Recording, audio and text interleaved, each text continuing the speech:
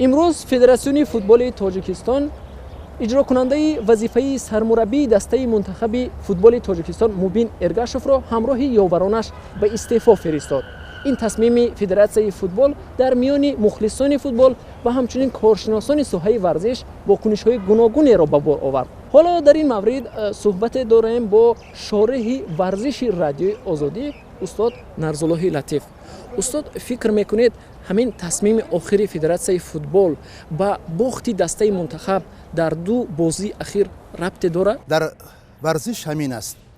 یعنی اگر نتیجه دلخواه به دست آورده نشود، آنگاه یا مربی استعفا می‌دهد و یا او را فدراسیون به استعفا می‌فرستاند.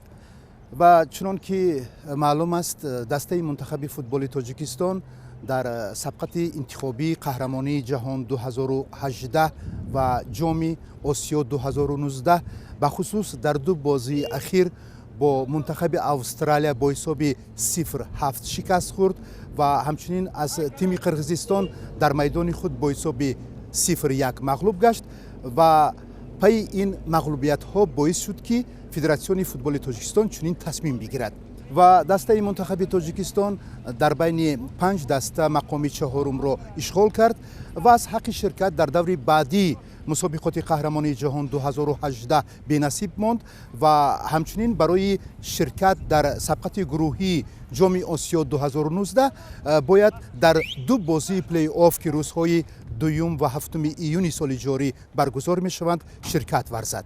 البته شکست دسته منتخب تاجیکستان از سوی منتخب استرالیا برای مخلصان فوتبال چندان غیر انتظار نبود، اما مخلصان در بازی تاجیکستان با قرقیزستان این انتظار را داشتند که دسته ما پیروز می شود. من شکست دسته ما رو از قرقیزستان چگونه ارزیابی میکنید؟ یعنی دسته قرقیزستان، منتخب قرقیزستان از ما خیلی دیده پرقوت‌تر شده است. حالا باید بگم که دسته منتخب قرقیزستان دسته خیلی پرقوت شده است و طی سالهای اخیر من در نظر دارم 2 سال اخیر رو این دسته خیلی پیشرفت کرده است و به هیئت دسته بازیگران شامل هستند که آنها همچنین در باشگاه‌های کشورهای دیگر، کشورهای خارجی بازی میکنند.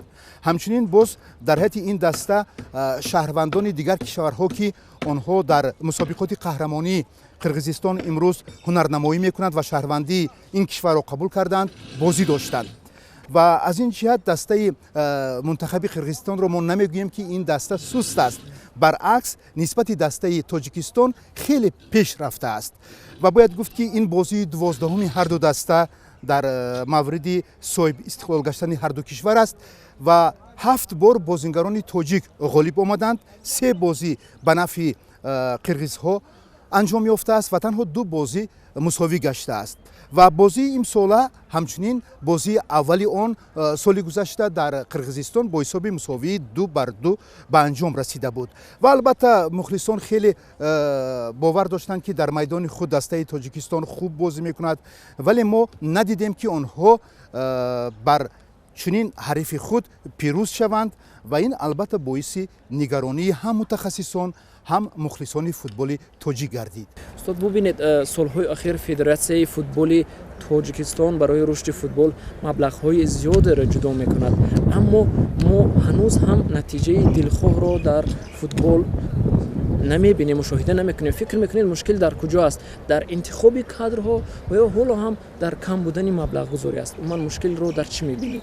عبدالله در حقیقت درست است که سالهای اخیر بعد آن که رستم امامعلی پرزیدنت فدراسیون فوتبال تاجیکستان انتخاب شد، در فوتبال تاجیک خیلی پیشروی‌های عظیم به نظر می‌رسد.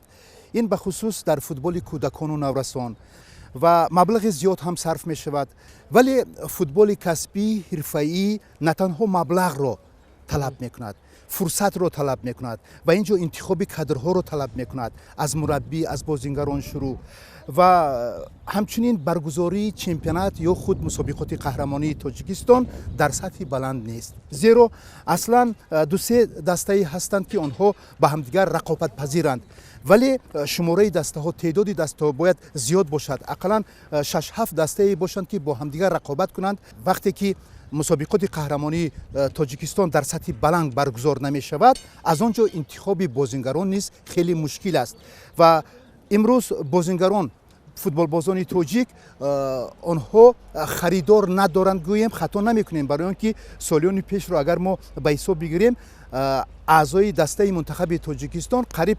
70-80% он дар хориҷи кишвар дар бошгоҳҳои мухталиф бозӣ мекарданд.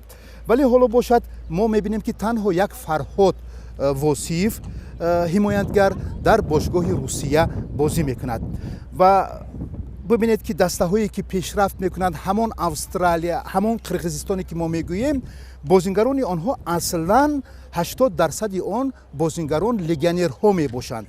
аз тарафи дигар дар муддати чандин солҳои охир ва тӯли солҳои зиёд ҳам гӯям хато намекунам, 70-80% аъзои дастаи мунтахаби Тоҷикистон он бозингаронеанд ки аллакай сину соли онҳо ба ҷое расидааст. мо онҳоро хеле эҳтиром мекунем, ҳурмат мекунем, вале ба онҳо ҷойгузин бозингарони ҷавону моҳирро бояд ки мо омода созем.